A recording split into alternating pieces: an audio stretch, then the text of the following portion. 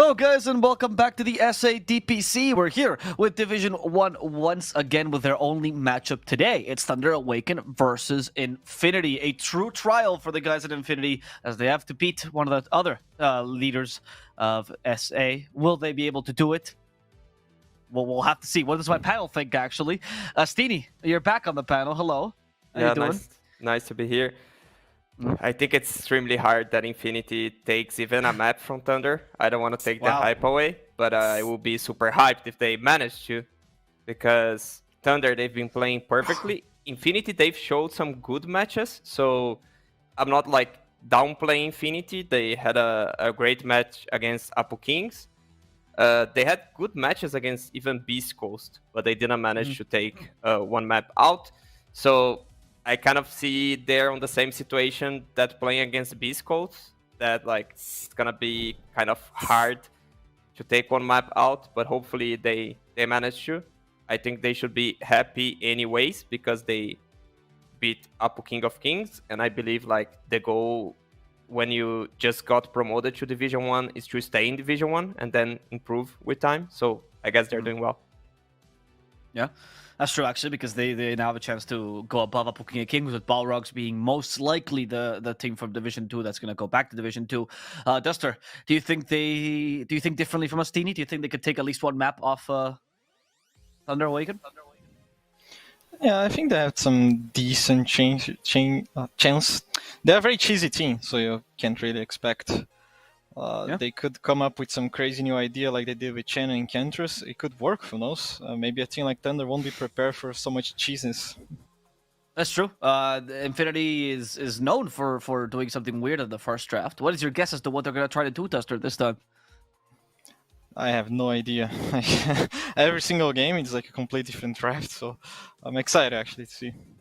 Astini, give me some insight. What would you tell Hokori to do in their first map? Bad and mid? What's the idea here for Infinity? I don't know, man, because unfortunately we aren't screaming against Infinity, but what I can tell, because they share this info, is that they actually put off this chain encounters against us, and they won really easy. Because like Papita, he gave an interview where he said like, okay, we tried these on screens and it looked amazing. And I'm like, hey, Duster, it's our fault. We played really bad. Now they think this strategy is amazing. And then they lost 1 point because of us, man. Let's try hard, they screens. Like, okay. So, yeah, no inside info here. I see. That's interesting, though. So you'd say that Noping is partially to blame for Infinity's descent. So you're sabotaging the Peruvian scene here, Astini. Good to know, mate. We don't mean bad. We were just playing bad. I'm sorry, Infinity guys. Do you think that Thunder Awaken is the kind of team that can get surprised by Cheese, though, or by these strategies? Because other teams did get a little bit surprised. The strategies kind of imploded, but they didn't really draft against them. Is Thunder the kind of team you can surprise with this, though? The thing is, like, you feel like you have to, because you feel like you play like equal Dota 2, they have the upper hand. So you feel like you need to bring something new that's like the Abaddon mid with Hokori. Like, okay, if we just play our normal Dota and then play their normal Dota, they're gonna be like they're 90% win rate and we are 50. So it's very likely they're gonna win. So we need like to break the game somehow. So I think that's the way too. I'm not so sure if they're gonna be surprised by, but you need to try at least. So I like this approach, and I guess Infinity is a team that can do that. Yes. It does feel, though, if we compare the two top teams, Beast Coast and Thunder Awaken right now, that Beast Coast might be more prone to losing to these kind of drafts than Thunder Awaken. Would you agree with that, Steenie? Yes. Because also seems like Beast Coast kind of sloppy on some matches. Feels like, I don't know, they're not properly warmed up for some matches also. Like, feel like they lose one game and then they like wake up like, oh, we might lose here. Let's give our best. I'm not saying that they don't intend to give their best, but I guess they're so used to play DPC, and they're like so used to play like LAN tournaments, because when it's like a DPC match, they're like, oh yeah, let's gonna win this. Like, we care about secret. I don't know. And then they realize, oh wait, Infinity can beat us. Let's give our best, guys. Wake up. So I guess that happens a lot with Beast Coast, and with Thunder, since they haven't been to like they've been once as Noping to a LAN tournament where they didn't do so well. They just had 2 best of 3s. Thanks, Valve. Amazing format. Yeah. But Yeah, so they don't have this ego maybe. He says that as a coach of Noping, not as a panelist of the DPC. He loves this format as a panelist. As I a said coach, thanks. Was there any, Yeah, any sarcasm, irony? No. Sure. I will make a stream about USTD. You be careful, my friend. Duster, when we talk about these top teams for Thunder Awaken, do you feel like they also have a little bit of a strategy that Infinity has to prepare themselves for? Because they don't play the most meta heroes. They've been playing with like 15 saves, for example, that you've been a big fan of. Do you think that's something Infinity has to take into account when drafting? I think they should really take into account Panda Bull hero pool. I think it's what the team builds up around, like with this Abaddon, the Ogre, a Shadow Demon. If they can somehow ban most and steal one of them, would be nice, because they're always like picking heroes to match with Panda Bull pretty much. You pointed out that you were a big fan of Panda's playstyle with save. Do you find that they can steal that hero and play it as effectively, or at least play it to a nice degree, even if they don't have practice with those kind of heroes? Finish is a more crazy team. I don't know if saves are going to be very valuable for them. Maybe just something to run down and just kill the save hero, like something to kill backline. They should be focusing a lot. And recently, they really like last picking for Papita hero. I mean, himself picks it. So it will be interesting to see if he can actually do a very nice last pick that can just change the pace of the game. What do you think of that right now? Last picking for the offlane. Do you agree with that strategy? Can work if you can secure your lane and have a good game. For example, his X last series was just amazing. It was 10-0 with this last pick X.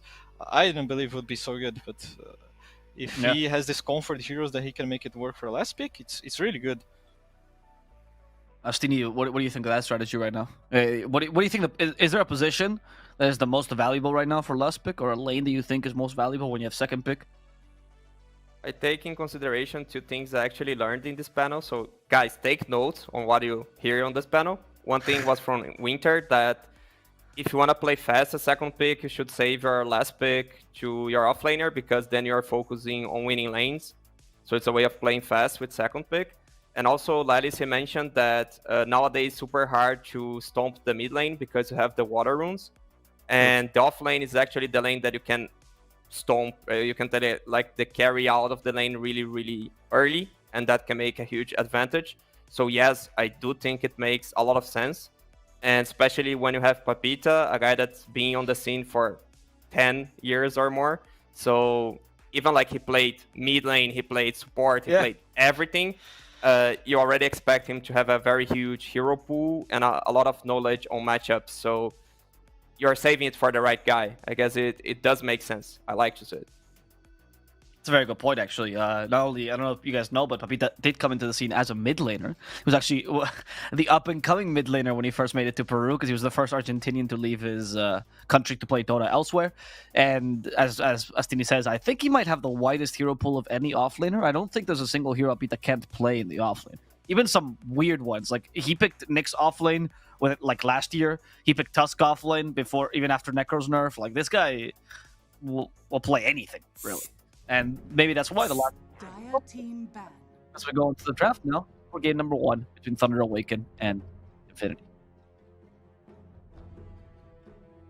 And I've seen from their face that you might not agree it's 10 years. I might have exaggerated, but I recall like 2017, considering he's as a mid laner for Midas Club. So that's why I'm like, 10 years. Might be 5, 6 at least.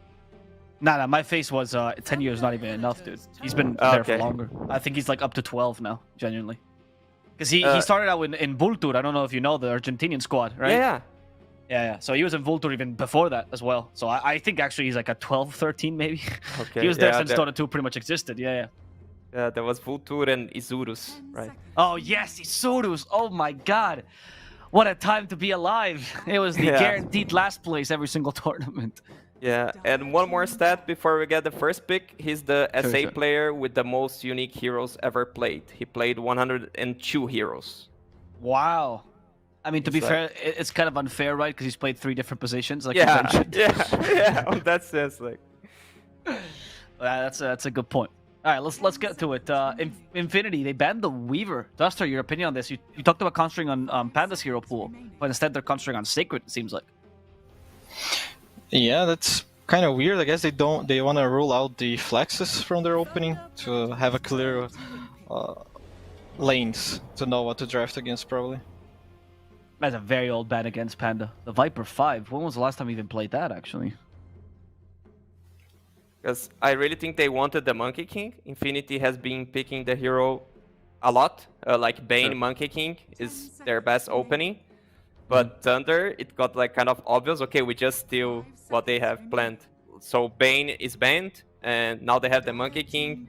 Infinity has to go to something new. Maybe Shadow Demon Tiny, which they also already played and were successful. But at least they take the Monkey out. This Monkey, when Thunder Predator plays it, of course, or Thunder Awaken, sorry, it is a bit of a flex, but Matthew is usually the guy who ends up playing it. Are you guys a big fan of that Matthew Monkey King, Astini? Yeah, I'm a big fan of Matthew. And Matthew Monkey King also. In general, yeah. Matthew. Yeah. Yeah, the guy is a genius, and I love to see him playing. And with Monkey King, you can see a lot of this impact because he can give so much vision, so much information on the map, but also he can play very active. He can maybe get like a Orchid early and be part of kills with Dark Mago. So he sets up a lot of kills with Dark Mago. It's not like it's not the usual Monkey King that's like breaking smoke plays. He's mostly like setting up for Dark Mago, or usually it was Oscar, right? But now Sacred to do some plays. I'm wondering how it's gonna work with Sacred, because I haven't seen him playing Monkey together with Sacred. That's true. They haven't done that very much this season. What do you think of this opener, Duster? Dustini was talking about Tiny, but instead they pick up the Mars for Shadow Demon. And they pick Papita's hero quite early, unless it's a flex. Yeah, it should be a flex, and it's a really solid hero. Probably the best team fight offlaner right now, and it gives you also a very strong lane. Shadow Demon Mars lanes pretty well, and Shadow Demon can stack a lot, and Mars can 1v1 most of the time. Just very interesting on this 8-pick TA. That's a very early pick. Is it partial because of the Mars? Probably because of their bans. They banned Viper, and DP's out of the pool already. Oh, okay. And they have +3 to ban still. So Venom's out also. I guess the opening bans really helped for this TA. How's the lane between them, Astini? Is Mars able to lane against a TA carry? I think there's no carry that actually like takes Mars out of the lane, so Mars is able at least to farm. It's not like the perfect lane. I don't think there's much kill potential unless like when he gets level 6. But TA should be able to free farm. It depends a lot like on the position 5 she has and how it deals with Shadow Demon. Because Shadow Demon can be really good, it does a lot of damage, but if you have like a position 5 soaking up this damage, you just have like free stick charges on TA. So I kind of need the bigger picture, I'd say, like which one wins here. But I see a lot of potential on TA on 8, but especially when teams are able to pull that hero mid lane, which I don't think is the case of Thunder Predator. Like when you see it's kind of clear it's a Monkey 4 and it's a TA hard carry. And this should be very strong when you don't know, like, okay, it can be a Monkey carry, it can be a Monkey 4, it can be a TA mid. So even they have flexes hero, you know the players. I'll be honest with you though, like Malo does play TA. It's one of his best heroes, actually. He hasn't played it in a long time, but they can totally flex it. It's just that obviously Paka is a better TA right now because people think TA carry is better, right? I do want to ask you that, Astini, though. When that happens, you think a hero's better in a certain position. Is it still worth it putting that hero in that position all the time, or is friendly flex sometimes better? I think flexing is better now because the game has been so much about lanes. With the early shard, I feel like there's a lot of fighting in 15 minutes, like even before the 12, 14 minute run. And you want to have good lanes to win those team fights, so you need to have flexes to set up good lanes. And I'd say Jack Hero can be a flex of 3, 5. Mid. But they do pick in a Baton against it though. So Duster, they got the save for Panda. Are you worried now for Infinity? The TA to have a good game, it's really hard to flex Jakiro to the offlane now because it's not gonna have the greatest lane against Purge. And it's also a hero that deals very well against Mars, so I'm surprised they let it through. Yeah, were you surprised they banned like the Ogre, for example, as opposed to the Abaddon here? Yeah, because if they wanted Jakiro offlane, for example, he would beat Ogre pretty hard, but against Abaddon, not so much. Yeah, I think it's really weird that you wanna go Jakiro and like the guy has Abaddon and Ogre on the pool and you decide to go with the Ogre ban when Abaddon has a Dispel. Just seems weird choice. Maybe they thought that maybe they wanted to try to force the Abaddon pick as opposed to the Oracle, because that's the other hero plan that plays the spell, and then Jakiro's actually a 5 the whole time, and they have a plan against the Abaddon. Can be. I'm sorry, I'm grasping at straws. What's the plan, Meepo? Yeah, I don't know.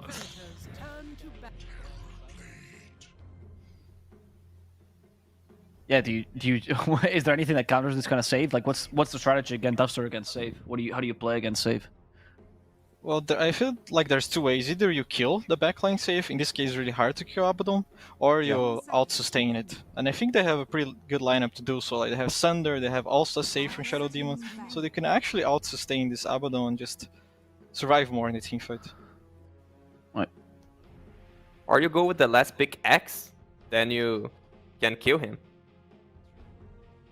Yeah, okay. I mean, maybe that's the strategy. We'll see if that's what they go for. That means that Mars would be mid. Would you be okay with that?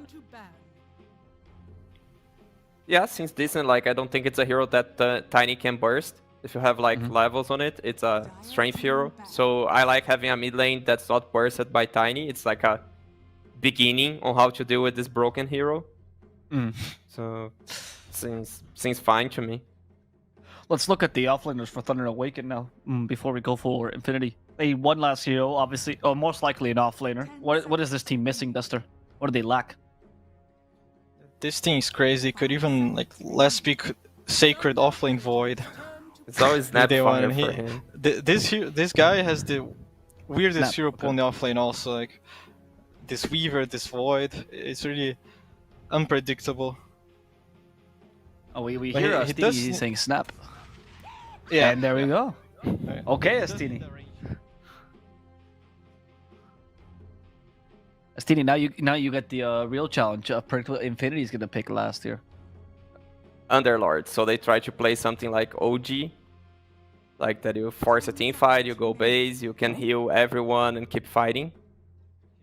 5 seconds. Serious. He did actually, yeah. And Babita Yeah. does like the hero. You are very sold on the Mars mid then, are you, Astini? Yeah, I like it. I think it's good. And I really feel like Mars with Refresher is like a big win condition because Mars can burst any hero. And when they have BKB, you cannot anymore. And then you have Refresher, and then you can again. And I feel it's so great to have like a lot of farm and a lot of gold on this hero. I love this item progression, so I'd love to see him mid lane. And against Tiny, I don't see many mid laners that you can expect to win the lane besides like Batrider, but then you're like against Abaddon. And Yeah. like DP is banned. There's like, yeah, I don't think there are options that you actually win the lane.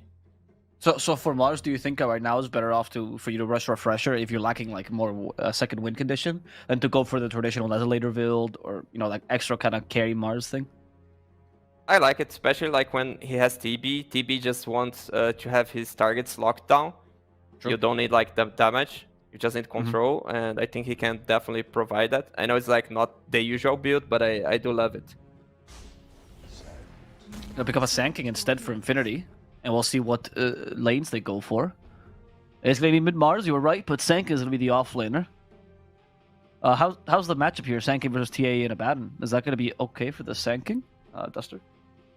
It should be fine. Sanking in general is really good against state to remove refraction and stuff. Okay. Very nice to burst this hero. And when you pair up with Shadow Demon, he can stack the Ancient and Hard Camp a lot, so you're not really worried about losing this lane much. In the end, Sand King's just gonna farm the big stacks, and he'll get his blink very soon. So I like this pick. Are you sold in general on the draft, Duster? I think they have a pretty good chance. I like their draft this game. If they're gonna take a game in this series, it should be this one, in my opinion. 10 Whoa. seconds remaining. Okay, bold statements. How about you, Astini? I strongly believe Infinity wins this match. Even I thought it was gonna be a 2-0. So I'm gonna have a late Thursday night. I really think it. I really like their draft. I think. Explain it though. Explain it to yourself a little bit. What's the reasoning a little bit? I feel like Thunder just picked all their comforts, and on the other hand, Infinity, they have great lanes on this meta that's about lanes, and they have the carry to carry matchup. Like, it's perfect to be a Terror Blade against TA. You love this matchup. So I don't see Thunder Predator snowballing. I just see them like trading farm with the Abaddon cover. The hero cannot like get pickoffs. Of course, Monkey and Tiny together they can, but I don't think it's enough to shut Infinity down. And then the TB just carries with Arena. Okay. To Abaddon, he can save one person, not 5. That's really nice. You have Arena, Epicenter, so much stuns. All right, we'll see if the panel is correct or if they've just cursed another team. Infinity seems like they have the better draft in this first game, something that's a novelty for them. Will they be able to beat Thunder Awaken? We're going to have to see as we move over to our casters. This time we have DKTruman and Dota 2 Bowie. Yeah, well, Bowie, definitely looking forward towards this one. Of course, a little bit of an interesting twist there from the panel on who they think is going to be able to take this first game. And are you thinking the exact same as the panel is? Are you going for the Infinity train, or do you think Thunder Awaken are just that much better? I know it's crazy. I have no idea what they're talking about. Nah, I'm joking. I think this is like a really good. Having this Terror Blade versus Tay Tiny, it's probably like the best matchup for this hero. They're all about physical damage. They did kind of go back into magical damage with the Snapfire pick. I think that was really smart by Thunder Awaken. But yeah, as Duster said, if Infinity is going to win a match, probably this one. I think they do have most of the pieces that they need. It's looking pretty good, not going to lie. I kind of agree as well. I personally love AoE teamfight in general, and like if this game, at any stage in the game, if you group up together on Infinity's side, the teamfight is just nasty to deal with. At one point you get like Mars with Refresher and everything added in. Super long stuns to try and get your way through.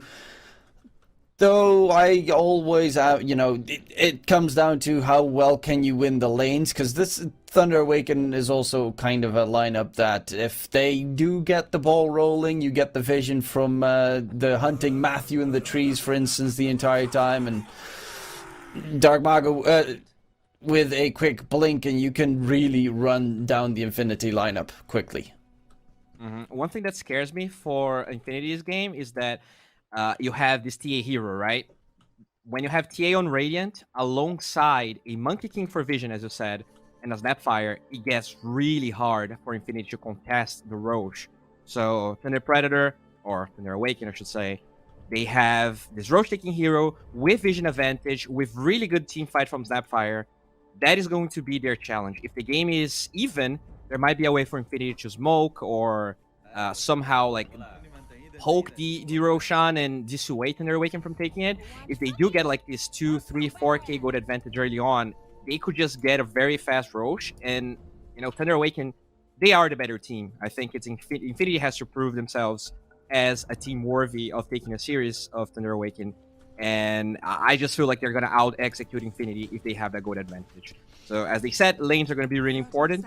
We'll see how things pan out. Overall, I think the early to mid-game win condition is very similar on both teams. You have these mid laners that need to farm Blink Dagger. I mean, sure, they can TP rotate and do some stuff, but they really want that Blink. And Infinity, actually, they have 2 heroes that rely on that on that buying that item. So their laning stage is even more fragile than Thunder Awakens, right? Because that fire could just ult from 2,000 range away and always contribute. I think Infinity, they even rely a little bit more on their lanes than Thunder Awaken does. Yeah, definitely a little bit of a threat in that regard. I do like Shadow Demon, though. Always seems to be a very capable hero in whatever situation you get to the... I mean, the shard right now is actually insane on the hero to just keep your heroes alive at all times. Just drop it on the TB and he's just Gucci. In the meantime, Matthew having a little bit of a standoff with Prada. And Matthew, of course, got the Orb of Venom, so that forces the Jakiro most likely to TP top, which... well, that kind of sucks, because that costs you a Mango plus a TP scroll. Yeah, I mean, the panel didn't like the Jakiro pick that much, but I think it's like, in terms of the laning stage, is really good, right? You look at a Baron, the hero doesn't do that much past the laning stage. Sure, it's a save, sure, he can help, but I think it's fine to get this Jakiro so that you can trade well versus the Monkey King, because not a lot of 5s can really out-sustain. Not that Jakiro does, but he's like decent. The attack speed slow is really good versus a hero that relies on proccing that Jingu. And it's still one of the most valuable stuns. Plus, you know, you get a burrow, macro pyre, ice path, arena, spear. Like you mentioned, of course, the fact that the Roche take capabilities of Thunder Awaken are insane. Like they can take Roche on 12, 13, 14 minutes into the game with the Curse of Avernus, the armor reduction from Snapfire, and the TA. Though, if it actually comes down to a Roche fight, that's a whole different story. Because Infinity, they do have like very good team fight around Roche, but I think the problem is gonna be like this Monkey King is gonna be in those 3 areas around Roshan, and he's gonna be able to break smokes. He might be able to just like boundless strike, prevent blinks, and then the fight is hard to take. So Infinity, if they are going to smoke towards contesting Roche, they're gonna have to go for like different routes. They might have to wrap around, and they take Roche very fast on the side of Thunder Awaken, so they have to be on point with how fast they react to those sort of moves. it does definitely feel like this game can honestly go either way, because, well, everyone agrees that skill-wise, on paper, Thunder Awaken are the better team. But everything can, of course, change with a good team fight draft. We see Matthew jumping around the entire time with his Primal Spring and forces him to TP towards tier 1. But the Ice Path leveled on Prada should be first blood. They pop the meta, they pop the Monkey King. He's actually just going to run underneath the tower to make sure that he doesn't give it to Rises. But yeah, that was a very big surprise Ice Path level 2 from Prada. So we were talking about the raw skill. Dark Mago is slapping PPs in the face, dude, because he is 13-1 versus 8-0. I think this matchup's not supposed to be just one-sided. Mars has like really good, just creep damage overall. So really nicely done there by Dark Mago, outplaying him a little bit in the beginning. It's not looking too great in the mid lane, but honestly, Rises gets a nice assist top lane. Should not have too much problems in the lane. I mean, Monkey King can be annoying together with Snapfire, but that's mainly everything that Matthew really does. It is annoying. The hero needs a lot more to really be very effective when it comes to like big engagements, though. I mean, I've seen Matthew play a couple of Monkey King games. He is very annoying. Because he constantly finds people trying to go for TPs, helping out the teammates, and then catching them on the retreat with a boundless strike, interrupting it, and winning his team's team fight because he just is on the back line the entire time.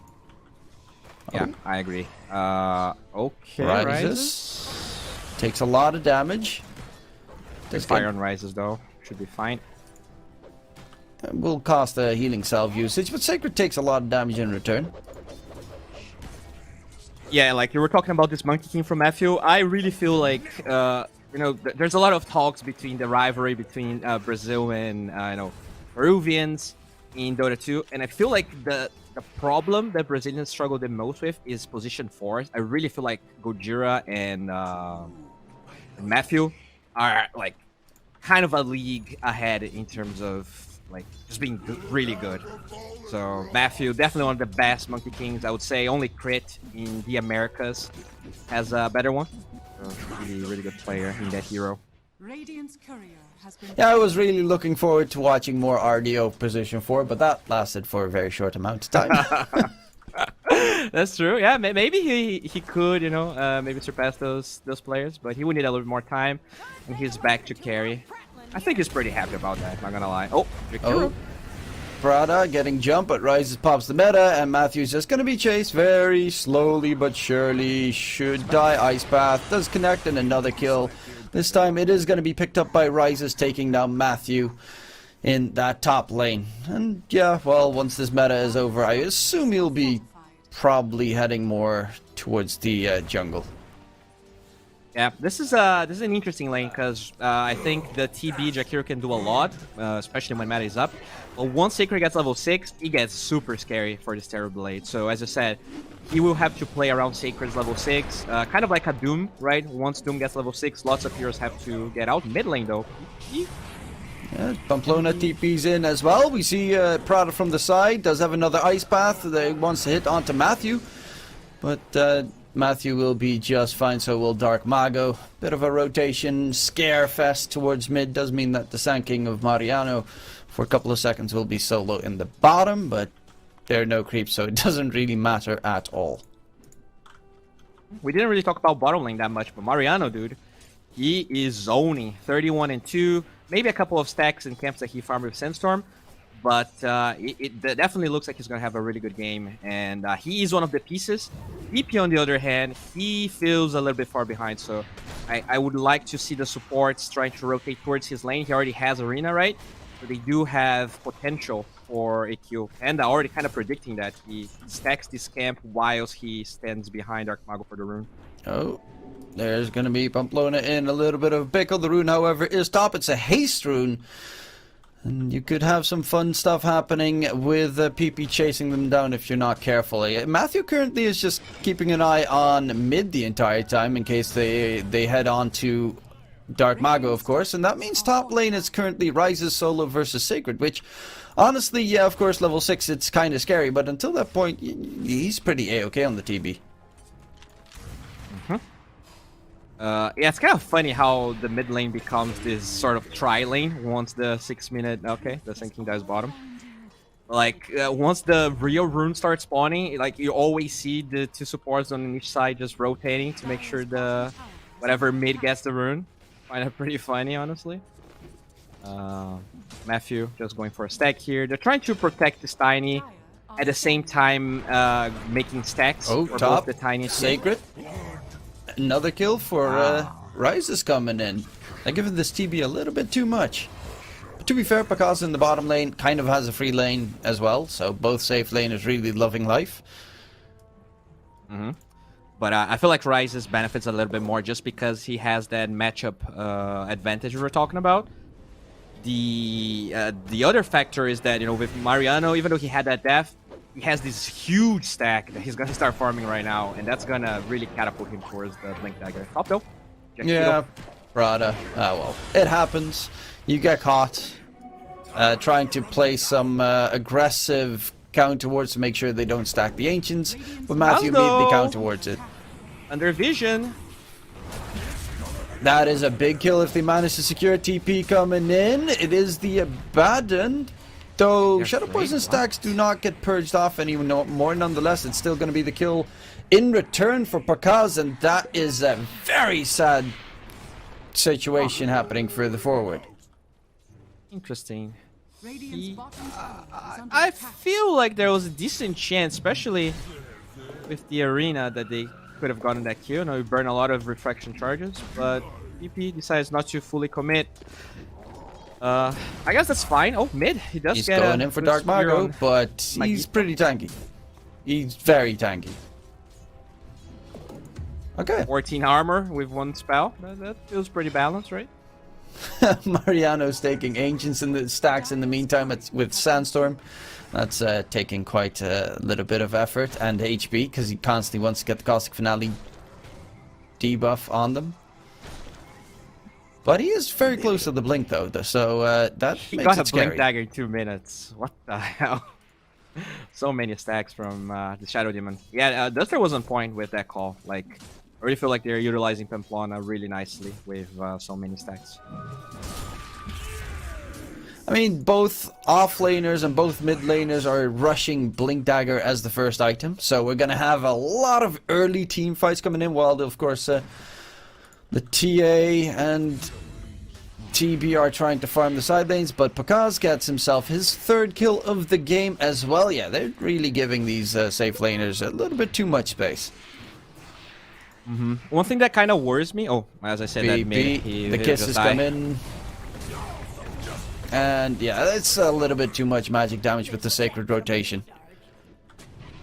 Yeah, I was gonna say I was not a big fan of him getting face boots. If you click in Dark Mago, he's actually he's having a better game and he's rushing Blink with brown boots. PP is not having the greatest game. I think stopping for that face boots could really delay his game. It's not like the damage that really kills him is physical anyways. Let's say Dark Mago pays the price, nah? He has the Abaddon behind him. And they're making some nice moves, constantly having support behind him as well. Like either it's the Abaddon or the Monkey King making sure that Dark Mago does not get jumped at any point. Safe lane is just AFK farming the jungle, as you like to see it, while the off lanes are slowly but surely trying to take down the enemy tier 1 towers. I want to see the supports inside of Infinity actually try and use PP to get a couple of kills. He's just like sitting mid farming. They didn't really give any stacks to him. I feel like his timings are going to be way too delayed. This time he pretty much has Blink Dagger right now. Yeah, Mariano has a Blink as well. Oh yeah. Don't really think it was necessarily to jump onto Matthew and show your Blink Dagger right there, but they immediately smoke up. There is no vision that spots the smoke up coming through. Might get a big catch with a Epi burrow onto Picasa in mid? Question mark, they want to. Has ulti though. And comes the smoke break, Panda. Perfect positioning, making sure that Smoke Gang does not come through, and they even turn their attention to Pamplona in return. Yeah, I don't like the pathing they took there. And now they might get Prada, unless Mariano has something to say. Gets a 2-man stun. Matthew dropping a little bit low. PP comes in with the arena. Nice avalanche to interrupt them completely, taking a lot of damage in the process. They lose Prada. They need to disengage. Mariano is going to be the next one up. Bill Pacaz still hits all the shots. Triple kill coming in for the TA. 6-0 for Pacaz. And a very big team fight in favor of Thunder Awaken. Yeah, Panda just played really well there. He just ulted, was able to get the shield. I think PP, I know he played Mars in the past, but he's feeling a little uncomfortable on the hero, and Shadow Demon. Floor might just be dead here. Yep, one more right click added in, blinks away.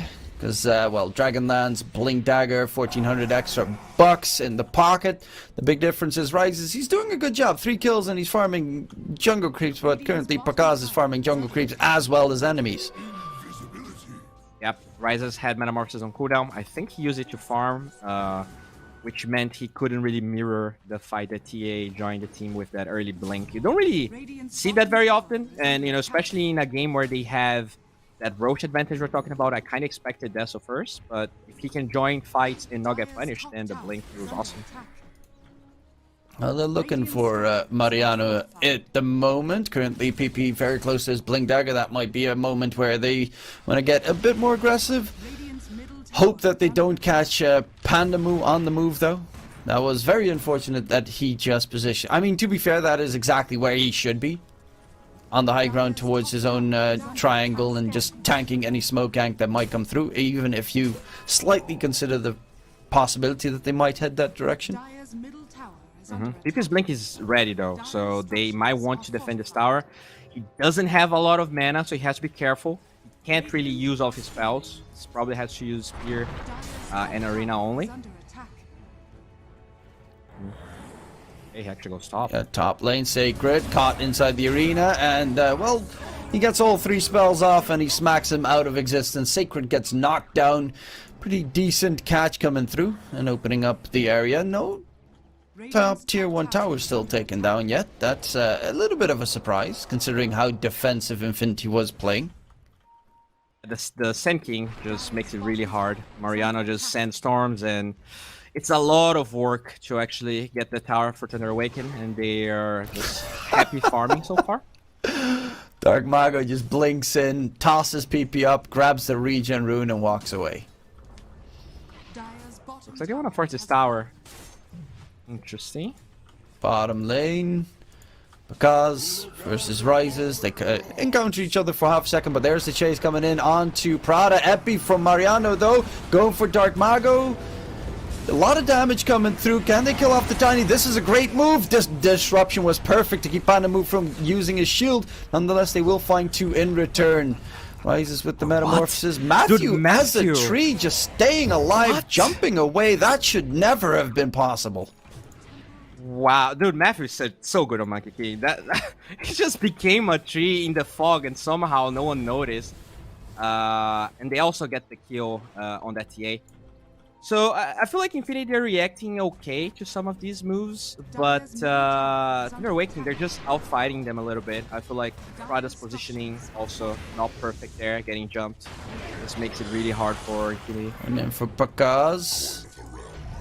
But with Panda move there the entire time, it's pretty rough. I mean, that fight, I really loved their move. Like, they went for the Epi, slightly waited with the burrow until, of course, Pamplona could get himself the disruption onto Abaddon, because that's like the only way that you can really make sure he doesn't Aphotic shield someone. Yeah, Which is a good combo, but yeah, there were more heroes than just the Tiny and the Abaddon in that engagement. It looks like Thunder, they might just be willing to Roche. After all, there's no epicenter for 40 seconds. They do have reasonable vision around the big jungle of Infinity. And they're also showing in lanes. So far, feels like this could be impossible to contest.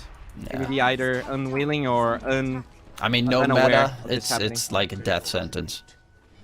We got mid though. That's okay. Consolation prize.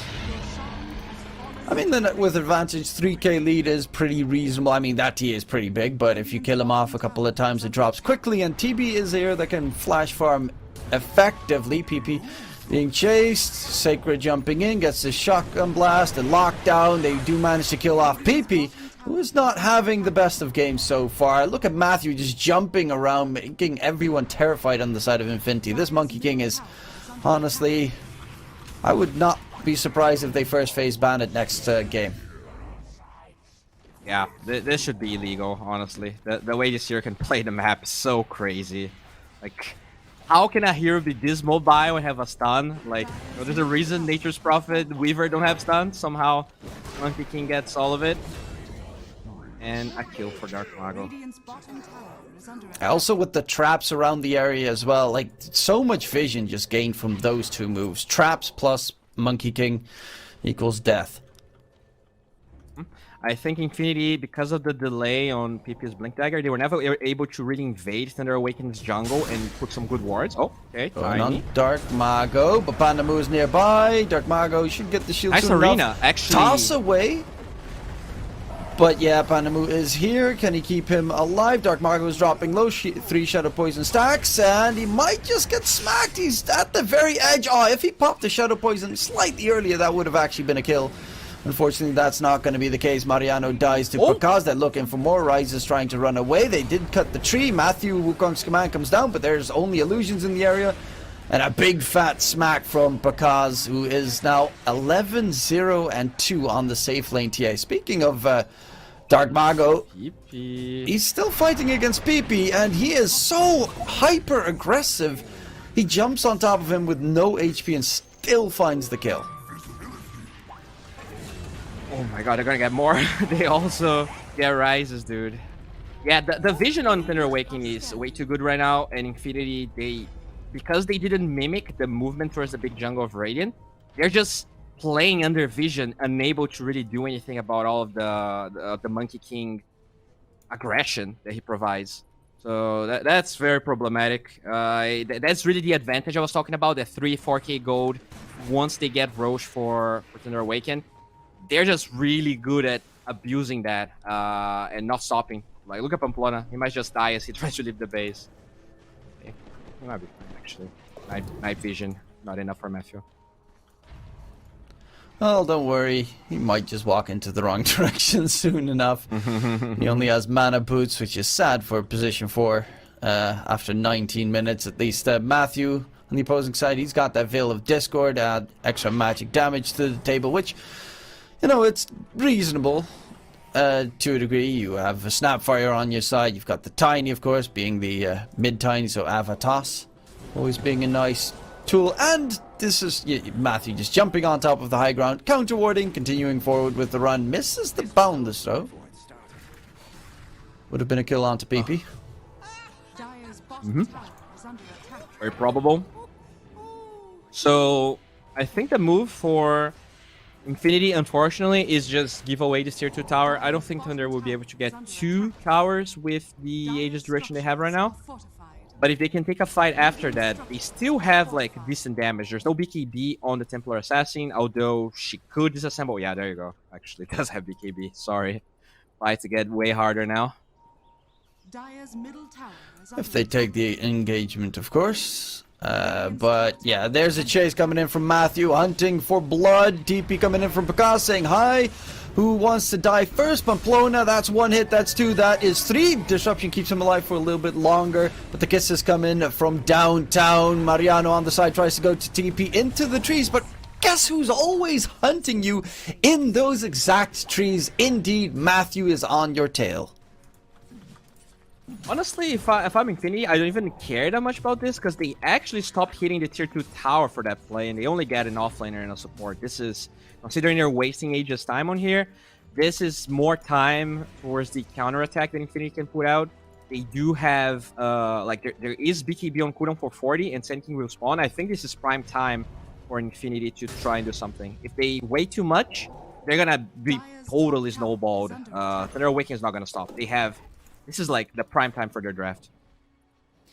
Yeah, also a nice little addition is that Desolator. Every kill adds another 2 damage. Every time. Very balanced, I would say. Yeah, makes it a pretty nice tool. Definitely needed a buff, right? Scaling for quite a decent amount. And he already has plus a solid 8. So Dark Mago walking right up the high ground, but he's got his BKB available as well. This is all just hit me, guys, hit me. I've got my teammates behind me in case everything goes wrong. I've got a BKB available. I've got Prada looking to toss back, but wait, that's a shard done on the TA. That is pretty big. Pamplona gets obliterated. Prada does get the ice path down. Wukong's command comes down in the trees. Rises, gets silenced. Manta style gets the Sunder off onto Pandamu, turns on the meta. But can he stay alive? Nice Epi Burrow coming in from Mariano, but do they have the damage to kill off Rise? He's trying to run back, staying inside the arena, dodging the damage from Picasso because of it. And Rises gets himself back to the high ground. Mortimer's kisses just barely dodges. Rises walks back into the fire, and he dies to the toss coming through from Dark Mago. Oh no. That's a very sad way to eventually lose your TV, but still a 4v1 trade, 4v3 trade with 2 buybacks, of course, but they did manage to get a couple of kills in return, at the very least. Oh god, PP. Why is Picasso mean? Yeah, I mean, that's what TAs do. They just break your heart and they literally break your heart and kill you. That shard's actually so much value. Like, God, the long-range silence that you can pop from anywhere. Now the supports, this would be a nice little dieback coming in. Picasso does need to be a little bit careful. The Ice Path not going to connect. Picasso does get heavily slowed down. And okay, he made a bit of a mistake. Pops the BKB at the end as well. That's going to be, well, is 7-second BKB usage coming through and a very big kill picked up. Okay, you know, mistakes happen. Yeah, Thunder Awaken just doing the old Beast Coast. Winning, so let's make sure the game is entertaining for our sponsors. We do need as much airtime as possible. I guess they don't have a sponsor, so having more airtime is good. I'll toss up. Rises. TB in trouble. Gets smacked down. Prada rotates in, but a little bit too late to keep him alive, and Rises dies again. I mean, this is just 2 very quick successive deaths. Well, you just killed off the TA. That was the moment to farm up. It was karma, you know. Everyone in Infinity tips their the enemy carry, and instantly their own carry dies in a weird way. It's a hard knock life. Yeah, I mean, there's still like a chance. I don't feel like the gold advantage is unsurmountable by any means. The TA is still like a really good matchup.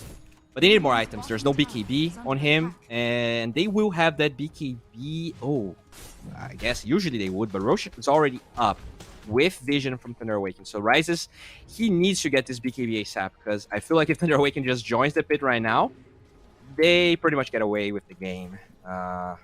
We'll see what they do. Nice Aegis shard, always a nice addition. Tiny doesn't have a shard yet, so he'd be pretty happy with that one. Added on top. What does the Monkey King stuff do again?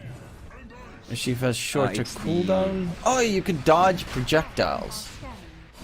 I know. 8-second cooldown is super value, right? You just make it much better. Pretty much twice as fast. Yeah. 150% more invulnerable duration. But unfortunately, Thunder just gets for Aegis, and that's where the game gets really hard. Yeah, I mean, looking back, I feel like all of their lanes went really well with the exception of PP. Like, he didn't felt comfortable in this Mars whatsoever. There was that gank on TA where he did an arena. Then there was another fight where he missed a couple of spells. You know, he usually surprised me quite a bit. I think he's a really good mid player, but for some reason, maybe Dark Mago just outplayed him, and that got to him. Not really sure. Dark Mago is a pretty reasonable mid laner, or so I've been told. But look at the vision that Infinity has, by the way. Like, look at where their wards are. In the enemy's triangle and on the enemy's jungle. Hello.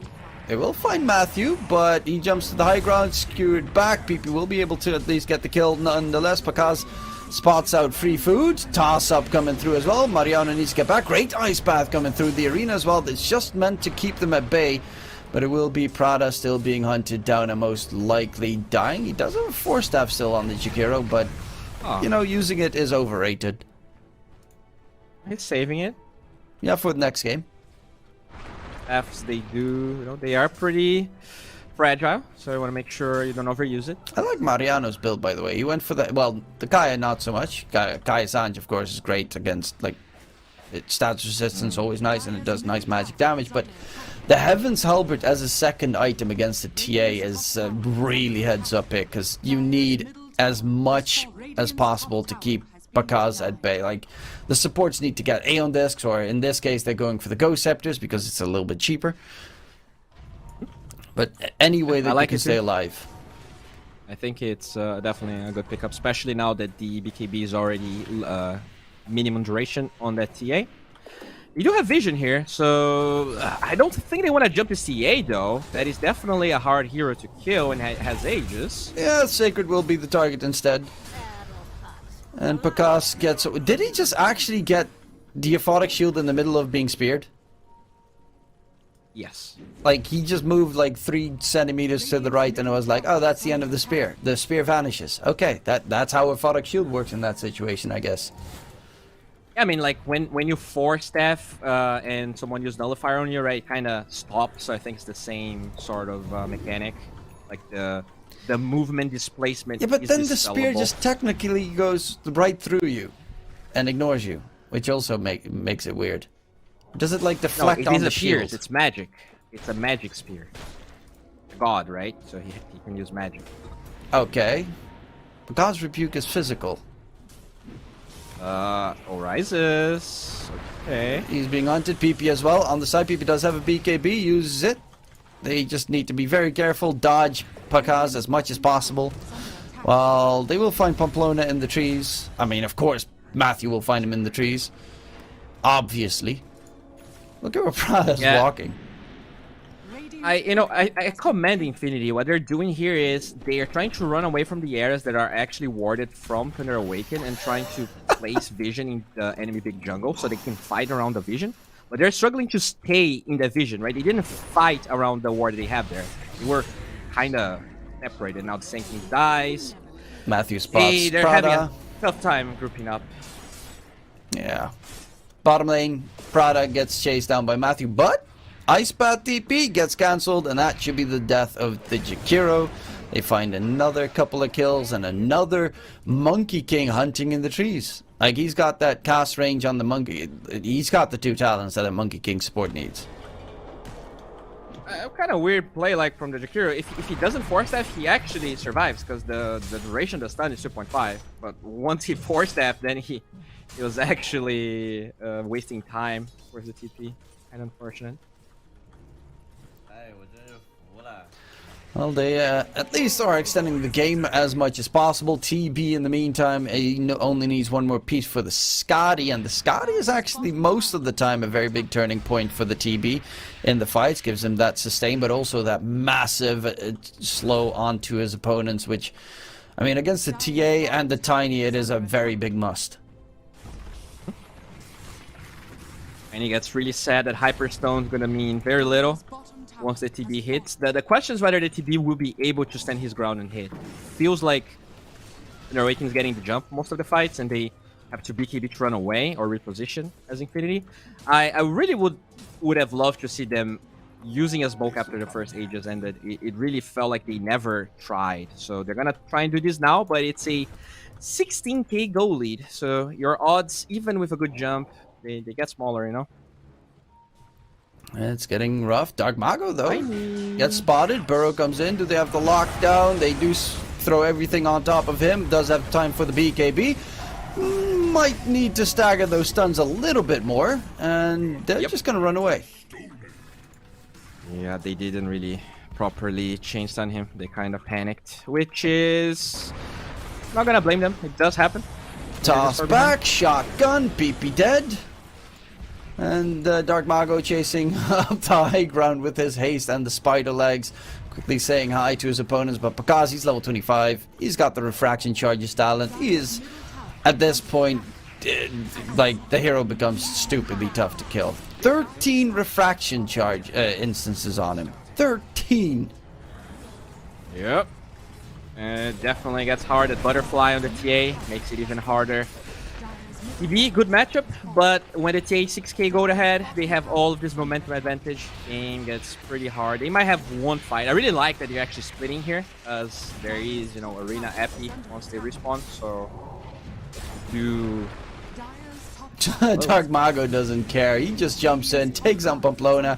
Doesn't really need his TA for those engagements. His BKB is almost up, rises there. No matter what can the TB do at this point. He's just there for decoration.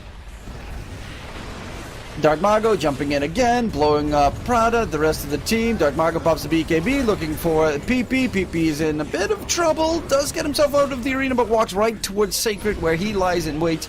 Shatters him into a million pieces. They will go in for the TA, who is dropping a decent amount of HP, but, you know, can wait for refraction charges, can wait for the damage, has a save behind him.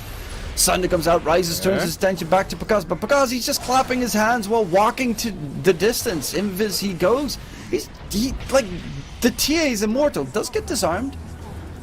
Megas gets secured, Rises gets locked down, the Kisses of Death come up on top, and that should be the G to the G.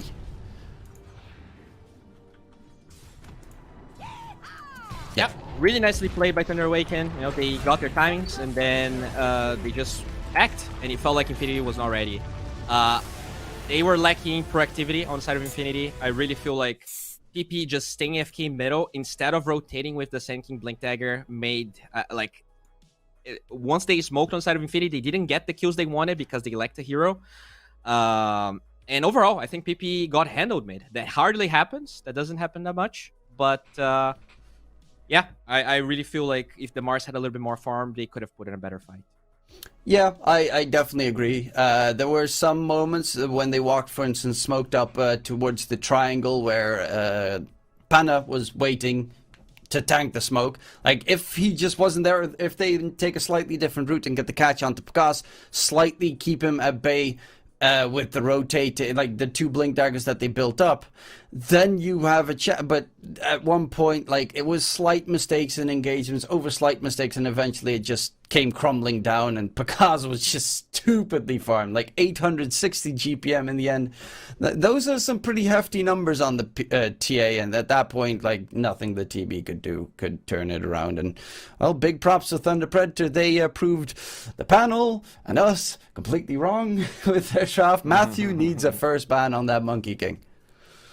Yeah, that TA on Radiant is strong, man. But let's give it back to the panel. Let's see what they have to say.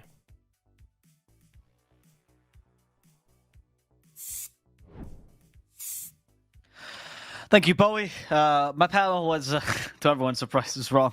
You guys predicted that Infinity, if there's one game they win, it was this one, but it didn't quite happen. I think that Bowie really hit the nail on the head with the comments on PP, but I would like for you to expand on that a little bit, Stini. You really think PP was the reason why those lanes or that early game didn't go as you expected? I'd say not only PP, but PP was the one that most highlighted how they didn't play this game. I guess they had an amazing draft, but you actually need to press your spells if you want to win team fights, and felt like they were scared to play the game. There's no other way to say that. It feels like if it was written like Mini instead of Dark Mago, they might have won the game, even if it was Dark Mago playing. It just feels like they were scared of the players they were playing against, because you couldn't recognize Infinity on this game. Like, you watching, like, am I watching Infinity? Is that PP? Like, the guy is like a rising star. It might be the worst game I have seen from him. And I don't say that to flame him. I say that because he has been playing so well. And then suddenly, like, he goes for a TA gank and he doesn't press arena. And then there was this last Tiny play, and I'm like, how is Tiny alive? And then he has like his full combo of spells still up. And I don't get it. Like, I don't get it. What happened? Duster, do you agree with that sentiment that they were afraid to play? Yeah, they choked a bit. They did the classic play not to lose instead of play to win. It feels they had so much potential with their heroes, but wasn't utilized well. They had to play a lot faster than they did, because they were kind of against the clock. When there's a T and Radiant, she's gonna get Desert, she's gonna get the first row. You need to speed up the game as fast as you can. They were on the same page. When you talked about this overwhelming team fight they had, did you feel like they were gonna feel safer with that? Because there's always like the other team fight source to execute. There's always the option to come back. Do you feel like that wasn't really utilized at all, Duster? Yeah, in theory, when you have so much team fight, the game is always possible to come back. But in this situation, TA was just so huge. Like, maybe they didn't expect, but by 31 minutes, she was full build. Like, no matter how many cooldowns you have, that's just unplayable. They had to speed up the game and maybe slow down this team better. Stini, as we get ready for the second game, what would you tell Infinity after a game like this? Remove player names. There's a way that you can show just the hero name. There's actually an option though too. Yeah, it's true. Like, it's true. Forget who you're playing against. Like, just play your best, because I believe they played the best. They would have had chances, because they have potential. They're good players. I just couldn't recognize them at this match. So hopefully they keep a good draft, but less afraid. Don't play not to lose, play to win. It's like the soccer, play to score. Yeah. Sure.